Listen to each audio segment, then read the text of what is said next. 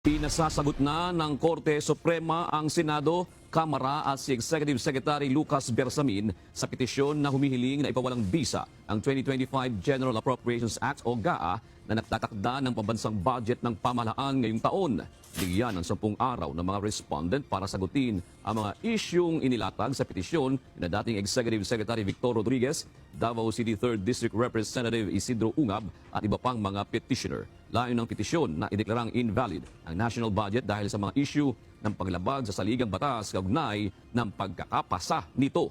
Senators and congressmen who signed the BICAM report are revealed. Ang pinakaunang lumagda, Senator Grace Po. Counterpart Representative Elizalde Co. Cynthia Villar, Isela Luz Kimbo. Ako, pumirma rin. Bato de la Rosa, hindi pumirma. Dong Gonzales, may pirma. Pia Cayetano did not sign. JJ Suarez, sign. Win Gatchalian, pumirma. Senator Bongo, hindi pumirma. Jude Asidre, syempre itong ingog din yan, ipirma yan. Loren Legarda, hindi pumirma. Neptali Gonzales II, pumirma. Lisa Ontiveros, hindi pumirma. Jaime Marcos, hindi pala siya pumirma. Raul Bongalon, Senator Joel Villanueva, hindi pumirma. Romeo Acop, pumirma. Juan Miguel Zubiri, hindi pumirma. JV Ejercito, pumirma. Mark Villar, hindi pumirma. Francis Tolentino, pumirma. Jinggoy Estrada, pumirma. Coco Pimentel, hindi. Chis Escudero, pumirma.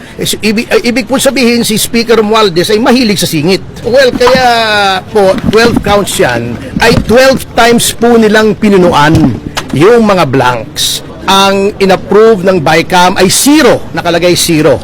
Dapat po yun pagdating sa Pangulo, 0 din.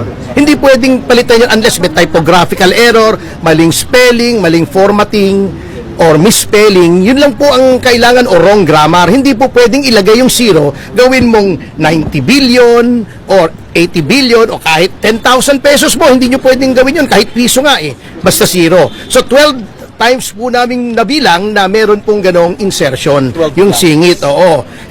Ibig po sabihin si Speaker Romualdez ay mahilig sa singit. Kung yan si Teacher Stella ay kasama doon sa mga naglagay ng blankong yan, isama yan.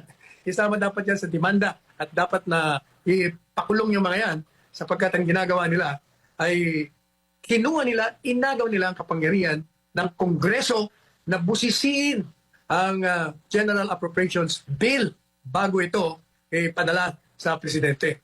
Yung mga inaprubahan ng dalawang sangay ng Congress, ang Senado at ang Kamara de Representante ay binago nila. Binago. Paano mo kaya sasabihin na yung pagbabagong yon ay hindi na ayon sa prosedimento sapagkat ilang tao lamang ang nagbago ng pinag-usapan at dinesisyonan ng dalawang sangay ng Kongreso. Kaya yung pong babaeng kongresistang yan, naku, tandaan nyo, hindi dapat nakakaupo yung mga ganyang tao na may kapangyarihan sapagkat nakasalalay dyan yung mga pera ng bayan na maaaring malustay kung ang mga tiwaling opisyales ang iluluklok na. At kung blanco man yung nasa GAA, hindi pwedeng i-release ng DBM yun. Silang ibig sabihin yan, pumirma kayo na hindi nyo pinag-aralan. Sa classroom may batas, bawal lumabas o bawal lumabas. Pero pag nag-comply ka na bawal lumabas, pero may ginawa ka sa pinagbabawal nila, inayos mo yung law ng classroom nyo at sinubmit mo ulit, ay pwede nang pala ikaw lumabas. Para lang yan, gumawa ka ng schoolwork. Pagka inuumpisahan mo yan, nagiiwan ka pa ng blanco, pero pagdating mo na, pag sinubmit mo na yan sa teacher, syempre, wala kang sinusumiting may kahit anong blanco. Sige, huy. Sinong try doon sa aming dalawa? Sabihan mo ko ng ganun. Teka mo naman, alimin ka nga. Betting naman pinag-billboard. Yung ugali yung pangit ka din. Pati yung mukha mo nadamay. Kaya alam mo, hindi ako talaga nagtitiwala sa mga ganyang klaseng tao. Yes, mga ugali mga yan. Kaya ganyan yung ugali niya. Kasi sabi ko kaya yan lumaki, tas ganun yung ugali. Hindi o kaya nga nilalayuan ko na, tas ganyan. Ako tataluhin mo, kaibigan mo. Uy, teka muna, tas ako yung lalabas ng masama. Siyempre, ako masama dyan, soda mo yun. Nagka-leche-leche na nga ngayon ang Senado at ang Kongreso dahil tinutugis na nga ito ng Supreme Court dahil dyan sa BICAM report.